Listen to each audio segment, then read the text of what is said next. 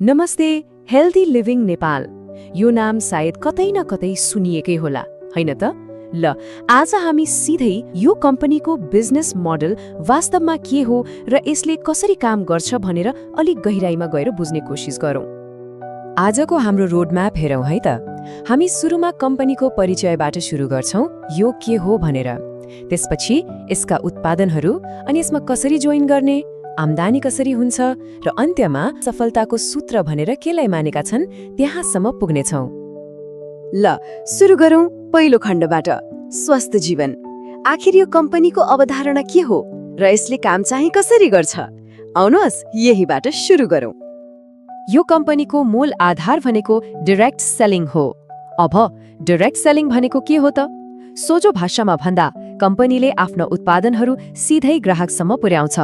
यसमा बीचका wholesaler, retailer जस्ता बिचौलियाहरू हुँदैनन्। यो स्लाइडमा हेर्दा त झनै प्रष्ट हुन्छ। हेर्नुस् त, परम्परागत बजारमा कम्पनीबाट सामान होलसेलर अनि रिटेलर हुँदै ग्राहकसम्म पुग्छ।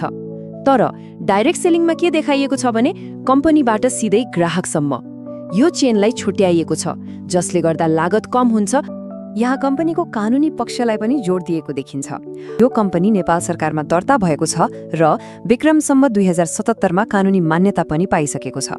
फोकस चाहिँ स्वस्थ र केमिकल रहित उत्पादनमा रहेको। ल, अब लागौँ दोस्रो खण्डतिर, कम्पनीका उत्पादनहरू। आखिर यो बिजनेस मोडलको मुटु भनेकै यसका उत्पादनहरू हुन्, होइन र?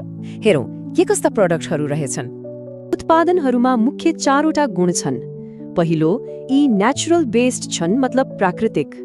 दोस्रो, क्वालिटी टेस्टेड अर्थात् गुणस्तर परीक्षण गरिएका। तेस्रो, दैनिक प्रयोगमा आउने खालका छन्। र चौथो, यिनीहरूले हेल्थ, ब्युटी, न्युट्रिसन र होम केयर जस्ता क्षेत्रहरूलाई कभर गर्छन्। यहाँ एउटा एकदमै महत्त्वपूर्ण व्यापारिक रणनीति देखिन्छ। कम्पनीले रिपिटेड युज प्रडक्ट्समा फोकस गरेको छ, भनेपछि एकपटक किनेर सकिने होइन, बारम्बार चाहिने सामानहरू। यसको फाइदा के त? ग्राहकले पटक पटक किन्छन् अनि डिस्ट्रिब्युटरहरूलाई नियमित आम्दानी भइरहन्छ। कम्पनी र उत्पादनबारे त बुझ्यो। अब मनमा प्रश्न हुन सक्छ, ल यसमा कसरी सुरु गर्ने त? हो, अब हाम्रो तेस्रो खण्ड यही विषयमा केन्द्रित छ। यसमा जोइन गर्ने प्रक्रियालाई 3वटा स्टेपमा देखाइएको छ। स्टेप 1, कुनै अफिसियल डिस्ट्रिब्युटर मार्फत रेजिस्टर गर्ने। स्टेप 2, केवाइसी पूरा गरेर आफ्नो आइडी एक्टिभेट गर्ने। र स्टेप 3, सिस्टम र उत्पादनहरू बारेमा निशुल्क तालिम लिने। प्रक्रिया एकदमै स्ट्रेट फरवर्ड देखिन्छ। ल, जोइन त गरियो, अब के गर्ने? त्यसपछि गर्नुपर्ने काम पनि 3 चरणमा बताइएको छ। पहिलो, आफैले उत्पादनहरू प्रयोग गर्ने र अनुभव लिने। दोस्रो, ती उत्पादनहरू बारेको जानकारी अरूलाई शेयर गर्ने। र तेस्रो, सिस्टम अनुसार आफ्नो एउटा टिम बनाउँदै जाने। यो बिजनेस मोडलमा कुनै टार्गेट छैन, कुनै प्रेसर छैन, कुनै एक्सपायरी छैन र कुनै लस पनि छैन। यो कुरालाई एउटा मुख्य आकर्षणको रूपमा प्रस्तुत गरिएको छ। ल, अब लागौँ चौथो खण्डतिर, आम्दानीको स्रोत। सायद सबैलाई सबैभन्दा बढी चासो हुने विषय यही हो। आखिर यसमा आम्दानी हुन्छ कसरी त? आम्दानीका 2वटा मुख्य स्रोत देखाइएका छन्। पहिलो हो प्रोडक्ट सेलिङ, मतलब सिधै ग्राहकलाई सामान बेचेर तत्कालै नाफा कमाउने। दोस्रो हो टिम बिल्डिङ। यसमा चाहिँ आफूले बनाएको नेटवर्कको सामूहिक बिक्री र अचिभमेन्टबाट आम्दानी हुन्छ। टिम बिल्डिङबाट हुने आम्दानी चाहिँ अलि बहुआयामिक छ। यो विभिन्न कुरामा भर पर्छ, जस्तै तपाईको ग्रुपले कति सेल्स गर्यो, टिमले के अचिभमेन्ट हासिल गर्यो, मासिक बोनसहरू, तपाईको र्याङ्क, अनि कार वा इन्टरनेसनल टुर जस्ता रिवार्डहरू पनि यसमा पर्छन्।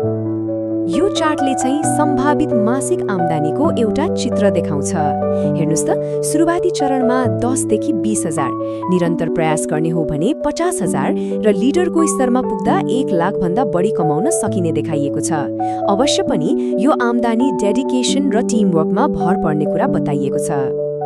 र अब हामी आइपुगेका छौँ हाम्रो अन्तिम खण्डमा, सफलताको सूत्र। यति सबै कुरा बुझिसकेपछि अन्त्यमा सफल हुनको लागि की इन्ग्रेडियन्ट्स के हुन् त? आफ्नो सम्पूर्ण बिजनेस मोडलको सारलाई एउटै सक्सेस फर्मुलामा समेटेका छन्, र त्यो हो सही प्लेटफर्म प्लस निरन्तरता प्लस टिमवर्क। यी 3 कुराको कम्बिनेसन नै सफलताको कुञ्जी हो। यो सबै विश्लेषणपछि एउटा ठूलो प्रश्न मनमा आउँछ। डाइरेक्ट सेल्स, टिम बिल्डिङ र यस्तो सिस्टम ड्रिभन अप्रोचको कम्बिनेसनले नेपालको गिग इकोनोमीमा काम गर्ने तरिकाको भविष्यलाई कस्तो आकार देला? यो साँच्चै नै विचार गर्नुपर्ने विषय हो।